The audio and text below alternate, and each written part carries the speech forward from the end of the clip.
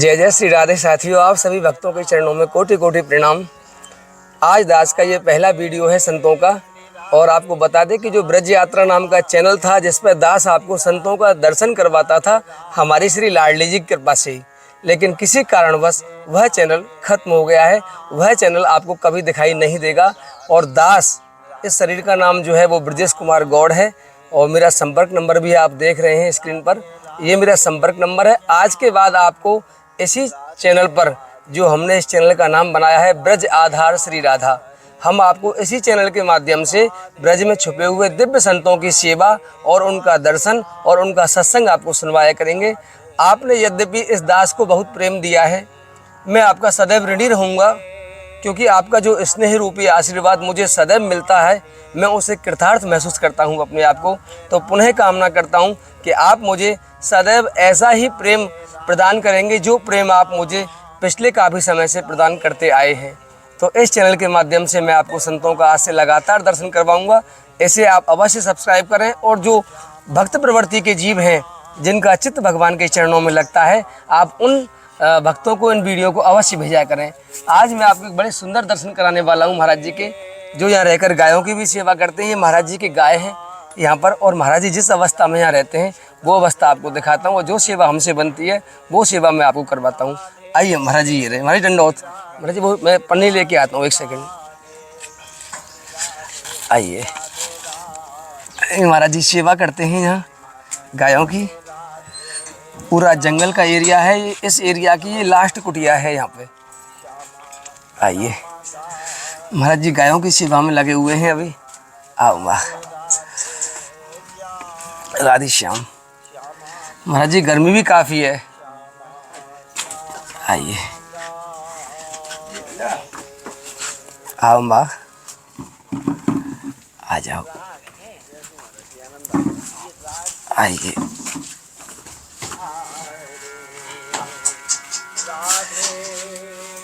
आइए, ये महाराज जी यहाँ गायों की सेवा करते हैं।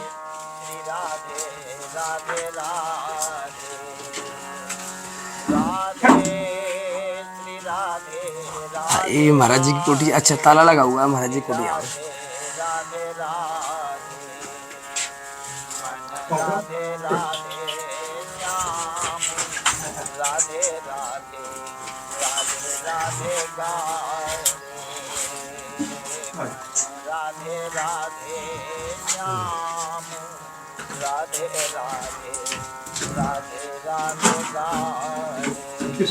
मैं पैर सुल जाऊँ जी, पैर सुल जाता हूँ मैं इनका। निकल गया। महाराज जी 3 गाय हैं। अच्छा। महाराज जी काफी मेहनत करते हैं आप भी। ये होती है गौ माता की सेवा। देखो संत यहाँ निस्वार्थ भाव से, ठाकुर जी का ही स्वरूप है गाय माँ, और इनकी सेवा करते। राधे श्याम महाराज जी, राधे श्याम। संतों के पास तो संत ही पधारेंगे। जय हो जय हो। महाराज जी लाइट नहीं है आपके पास यहाँ? अच्छा, नहीं इन्वर्टर नहीं है मतलब, वैसे तो बिजली है। ये अभी कुटिया है महाराज जी। महाराज जी हम बैठ लें कहीं अगर समय हो तो आपके पास? अच्छा ठीक है महाराज जी, बगल में आ जाओ। चलो महाराज जी आ जाओ। बगल में किसी का आश्रम है महाराज जी, लाइट नहीं आती तो वहाँ जाके बैठ जाते हैं। महाराज जी आप भी यही रहते हैं? ठीक है महाराज जी, आइए भगवान। आइए,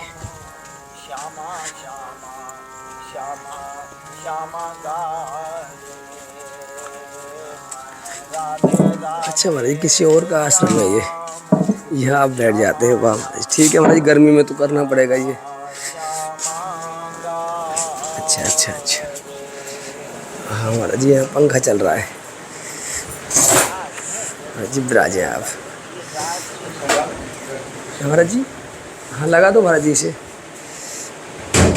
अच्छा किसी और का है, कोई खाली पड़ा है, किसी भक्त का ये आश्रम बनाया हुआ है महाराज जी की बगल में ही है ये। तो यहाँ पर आकर महाराज जी विश्राम कर लेते हैं, क्योंकि महाराज जी के पास शायद इन्वर्टर नहीं था वहाँ, इसलिए महाराज जी यहाँ पर आकर किसी की कोठिया है खाली तो महाराज जी के लिए यहाँ प्रदान कर रखी है। यहाँ इन्वर्टर लगा हुआ है। इन्वर्टर भी छोटा सा ही है महाराज जी, आधे किलो वाट का है। लग रहा है ऊपर। महाराज जी बधाई, दंडोत महाराज जी, प्रणाम।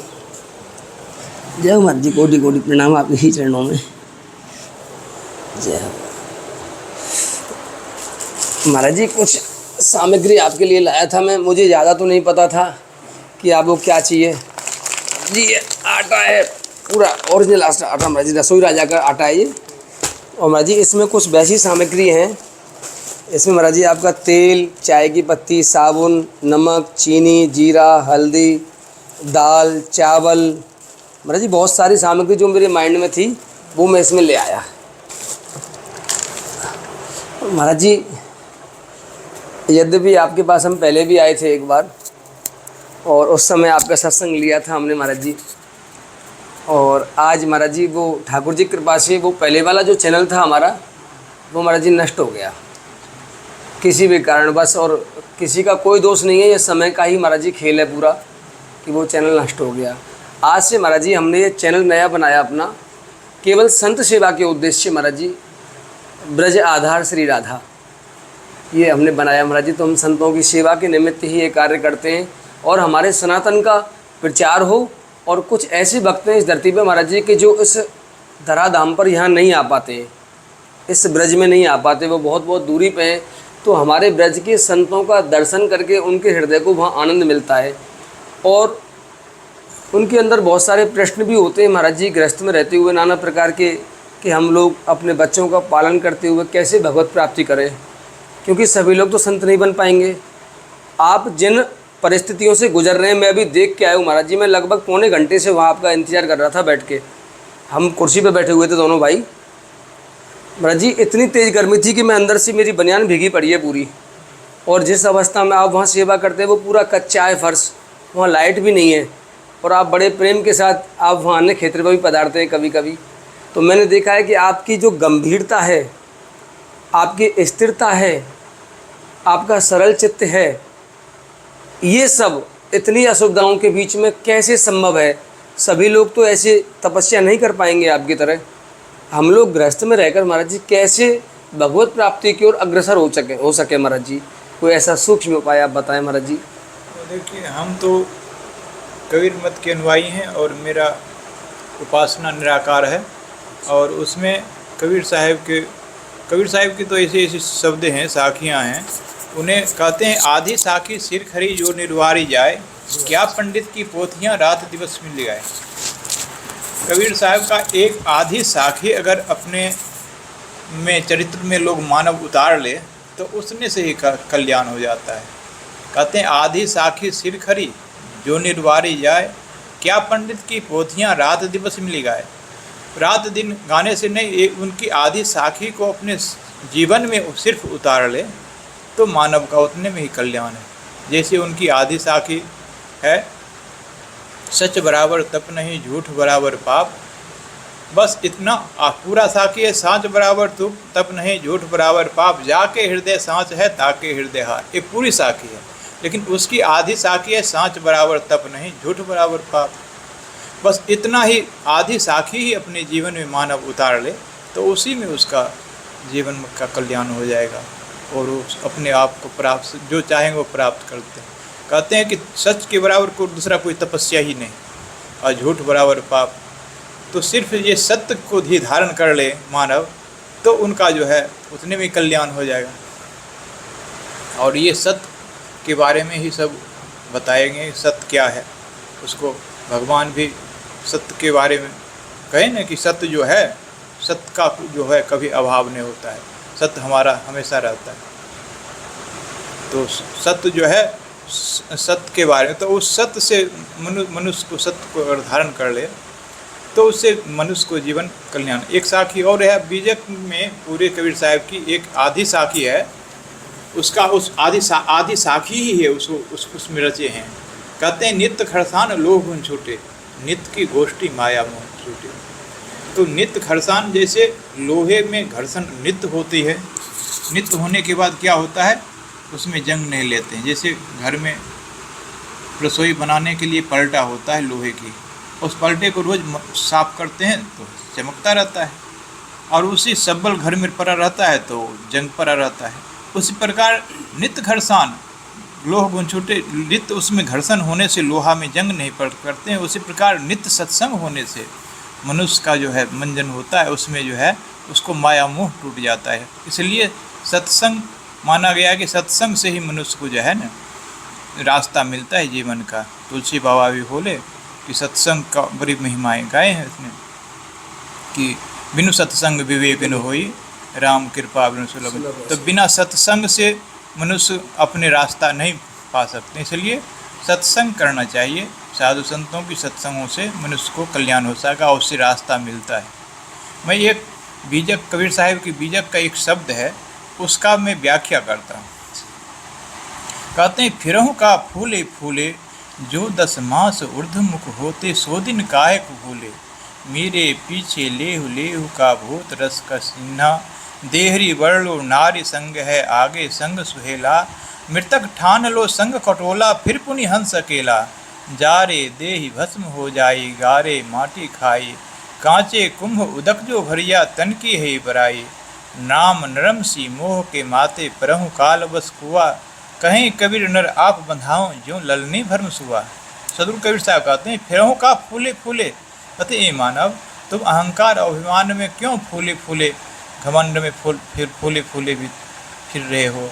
जवानी की मद में, किसी चीज़ के धन के मद में, अनेक प्रकार की मद होता है, विद्या की मद होता है। इसलिए साहब कहते हैं कि ये मनुष्य, ये मानव फिरहु का फूले फूले, जब 10 मास ऊर्ध्वमुख होते, 100 दिन काहे फूल। जिसमें माँ के गर्भ में 10 महीने तक तुम उल्टे लटके हुए थे, ऊर्ध्वमुख नीचे की ओर, पाँव ऊपर था और उस जठराग्नि में माँ में कष्ट सह रहे थे, उस दिन को तुम क्यों भूल गए। कहते हैं फिरहु का फूले फूले, जस 10 मास ऊर्ध्वमुख होते, 100 दिन कायक बोले कि तुम उस दिन को क्यों भूल गए। भगवान से विनती कर रहे थे कि इस जगह से मुझे छुटकारा प्राप्त हो जाए तो मैं भजन करूँगा, भक्ति करूँगा, लेकिन वहाँ से आते आप मानव जो है ये संसार में भूल गए। कहते हैं आया है एक देश से, उतरे एक ही घाट, हवा संसार लगा संसार की, हो गए 12 बार। कि वो आए हैं एक ही जगह से, सब आए हैं, लेकिन ये संसार में कोई मुसलमान बने, कोई सिख बन गए, कोई ईसाई, जहाँ जहाँ जिस माहौल में जो जिया वो वही बन गए। तो इसलिए कहते हैं आए हैं तो हम सब लोग एक जगह से, और उस दिन को कहते हैं कि साहब कि उस दिन को क्यों भूल गए। फिरहु का फूले फूले, जब 10 मास ऊर्ध्वमुख होते, 100 दिन कायक भूले। मेरे पीछे लेहु लेहु का भूत रस कस दिन्हा। देह कहते हैं कि देहरी वर्ण लो नारी संग है, आगे संग सुहेला। कहते हैं मेरे पीछे, कहते हैं जो है मनुष्य के पीछे पीछे जो है इस संपत्ति धन को लेने के लिए सब दौड़ते हैं, परिवार को धन का जितने है, लेकिन वास्तविक धन जो है मानव के जो अंदर है उसको कोई नहीं लेता है।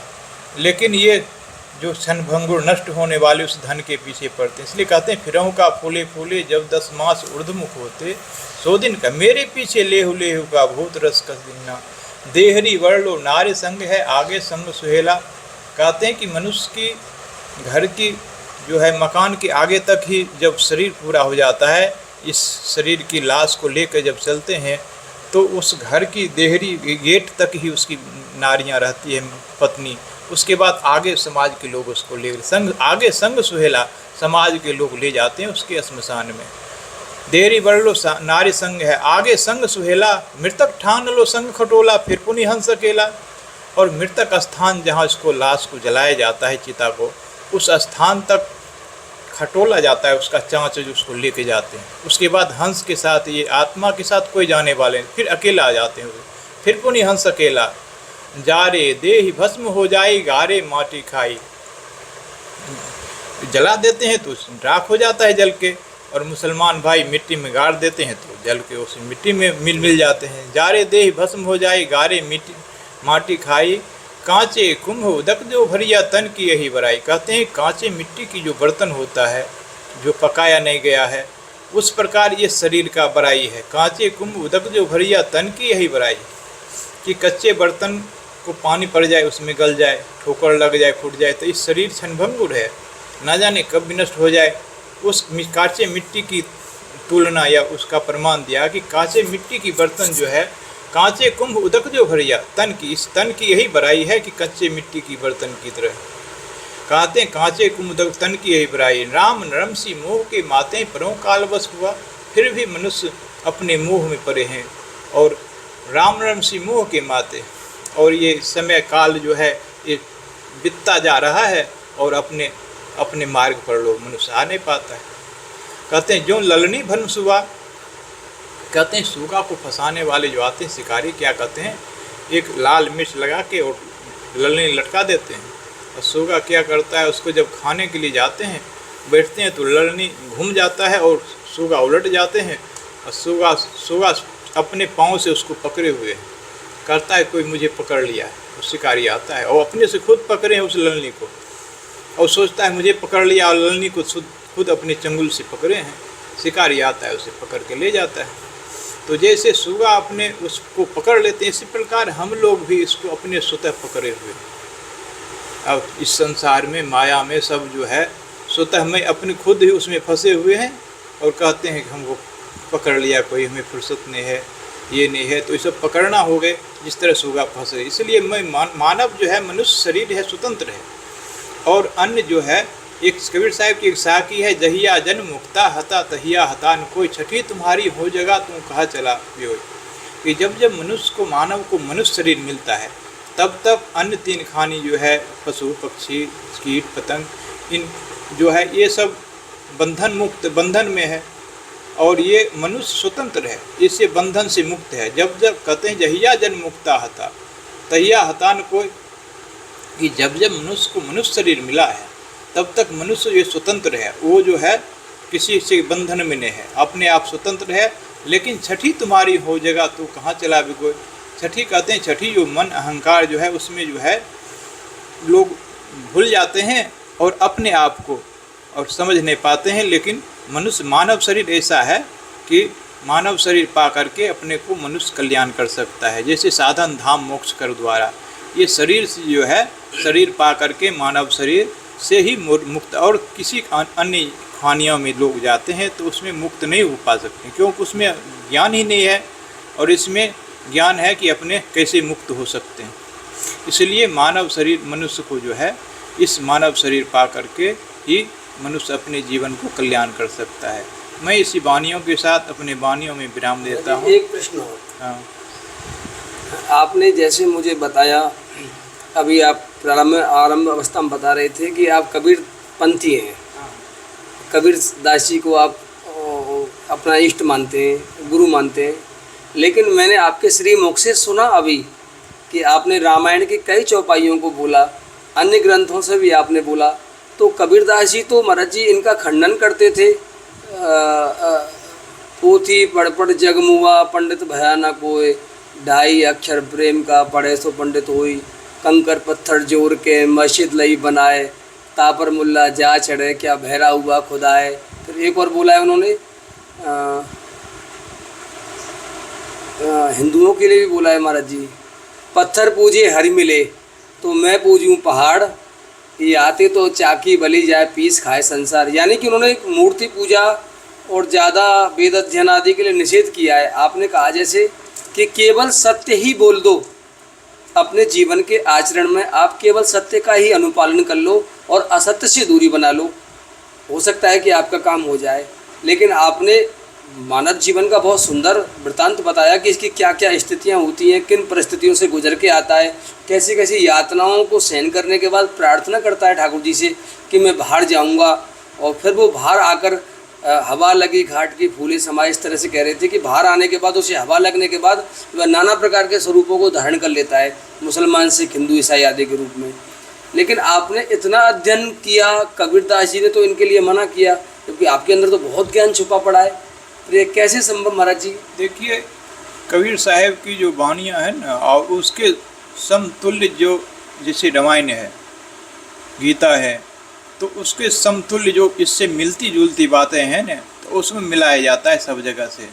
मान जाए कुछ रामायण से, चाहे गीता से हो, तो जो कबीर साहब के जैसे सत्य के बारे में भगवान कृष्ण भी बताए हैं, तो उसी जो समतुल्य उससे वाणियों को उसको जोड़ने के लिए वक्ताओं क्या करते हैं, अलग से उसमें जोड़ा जाता है, क्योंकि एक दूसरे को समतुल्य जो वाणियाँ मिलता जुलता है तो उसे मिलाया जाता है। इसलिए को प्रमाणित करने के लिए ये सत्य है। ये सत्य है, इसलिए मिलाया जाता है दोनों को, यही बात है। महाराज जी हमारे लायक कोई सेवा बेसिस हमें नहीं पता था, आपको क्या आवश्यकता है? हमें थोड़ी ये बाहर सोता हूँ गाय की सेवा में, तो वहाँ जहाँ हम बैठे थे महाराज जी चबूतरे पे? नहीं, उसी रोड पर ही सोता हूँ। सड़क पे सोते हैं आप बाहर? सड़क पर। तो वही मच्छरदानी ये फोल्डिंग वाली हो तो लगा के मैं गैया बाहर ही रहती है। मैं महाराज जी मच्छरदानी मैं दे दूंगा आपको। मच्छरदानी तो हमने बांटी भी थी, आप अन्य क्षेत्र पर बीच में आना बंद कर दिया था आपने। महाराज जी कभी कभी अन्य क्षेत्र पर पधारते थे, तो इस कारण महाराज जी का वहाँ दर्शन भी होता था। और वहाँ महाराज जी मच्छरदानी हमने बांटी थी, लेकिन उस समय आप नहीं पहुँच पाए, लेकिन दास को आपने आज्ञा की है। मैं कल ही महाराज जी आपकी मच्छरदानी आपको भेंट करने का प्रयास, कल तो नहीं महाराज जी, कल मंगलवार है, अच्छा नहीं रहता है।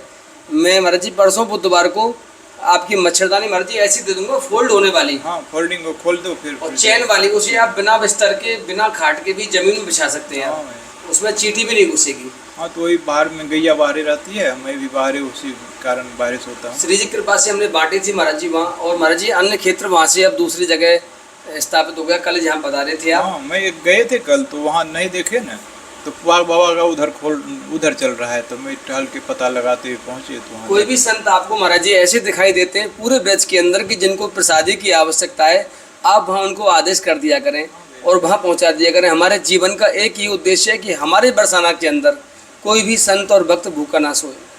ये महाराज जी प्रण है हमारा, आगे श्री जी की इच्छा है महाराज जी। तो आप वहाँ पधारना, मैं आपकी मच्छरदानी की सेवा महाराज जी अवश्य करूँगा, बहुत जल्दी महाराज जी, ठीक है। और आप भी हमें आज्ञा दीजिए, अब लगातार आपको हम ऐसे ही संतों के दर्शन आपके चैनल ब्रज आधार श्री राधा के माध्यम से कराते रहेंगे। आप हमारे वीडियो को ज़्यादा से ज़्यादा शेयर अवश्य कर दें कुछ समय के लिए। यद्यपि हम कभी शेयर के लिए नहीं बोलते थे पहले, क्योंकि जो भक्त थे वो उतने जुड़े हुए थे, लेकिन आज हमारे पास कोई भी नहीं है, पहला वीडियो महाराज जी का है, तो इसलिए जो हमारे भक्त हैं जो हमको पहले से देखते थे, आप उनके पास से शेयर अवश्य कर दें। आप केवल 5 लोगों को शेयर करें, इतने में ही हमारे सारे भक्त हमसे जुड़ जाएंगे। और हमें आज्ञा दें, मिलूंगा अगले ही ऐसे ही दिव्य सत्संग के साथ। तब तक के लिए आपके ही चरणों में प्रणाम है। जय श्री राधे, ब्रज आधार श्री राधा। जय महाराज जी, प्रणाम, धन्यवाद। जय महाराज जी, कोटि कोटि प्रणाम। जय महाराज जी, अपराध क्षमा करना। जितना एक फोटो ले ले महाराज जी को, बंद करके भाई माथे बंद कर फटाफट।